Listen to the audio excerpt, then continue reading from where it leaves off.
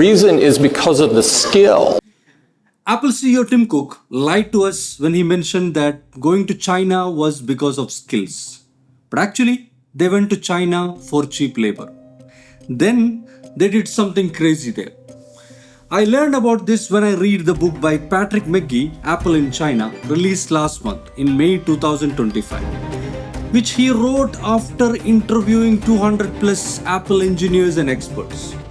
So, Apple's secret partnership with China trained and created 28 million skilled workers in China, more than the entire workforce of California.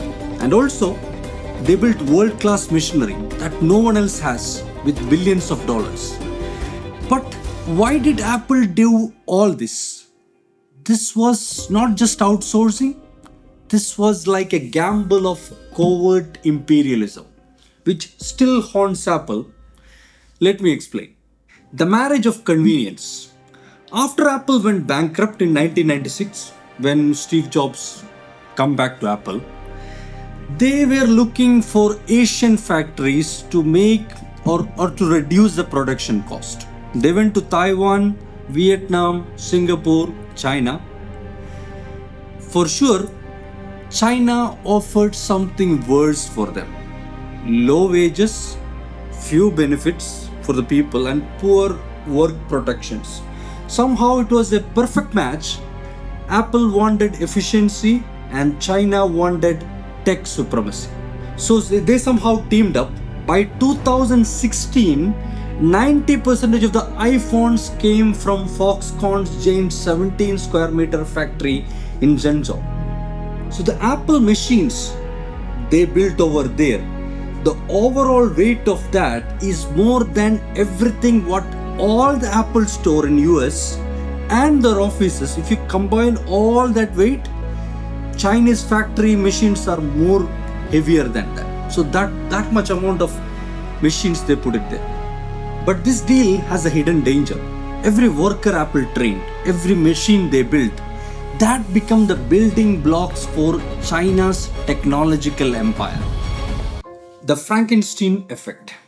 Apple's 7.3 billion investment in the machines did not just there to shine aluminium, because Tim Cook was telling they need specialized tooling to make their machines. That's why they are going to China. But actually, it created not only aluminium or that precise tooling and such things, it created competitors. Huawei, Xiaomi, and n number of things. All the Chinese brand which you see, actually they were copying Apple. They learned Apple's secret and they got really good at them. By 2025, Huawei owned 20% of the 5G technology. And they have too much patents in the world beating Apple. While Xiaomi built supply chain as good as Apple in California, they are now building cars and lot of other things. So it's something like student becoming better than their teacher. So China's tech companies use Apple lessons as weapons against Apple. The student didn't just learn, it changed the roles for both the teacher and everyone else. The unraveling. Apple desire to make things faster and better led to its own downfall. Robots replaced 500,000 workers who then started their own companies like SME, China, chip making, Rebel and all. So the same machine Apple paid with their own pocket now help China made in China 2025 plan to become the tech superpower.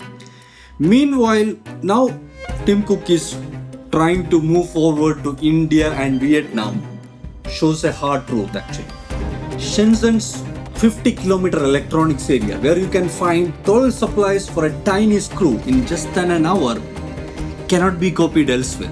You cannot even think of it in US like Make in America by Trump or in another place because they have gone too far.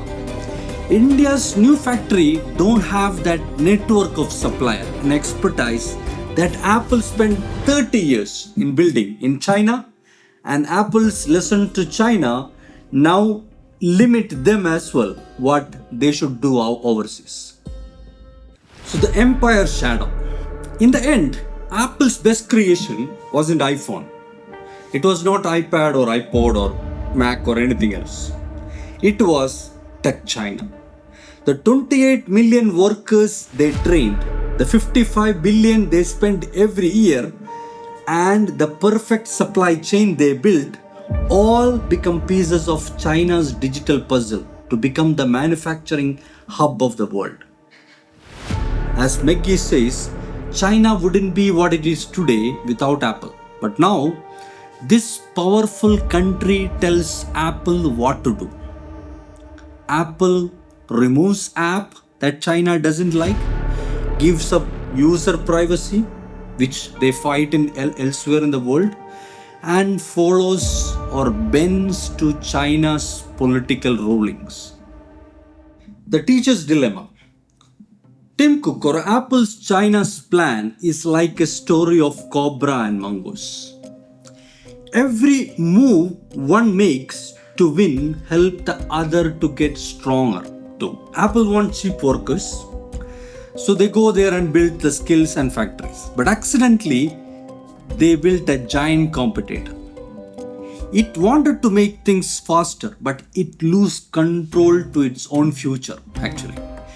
India and Vietnam, they try hard to copy what China's success story is. One thing is clear. Companies that build their power in other countries often fail in their end.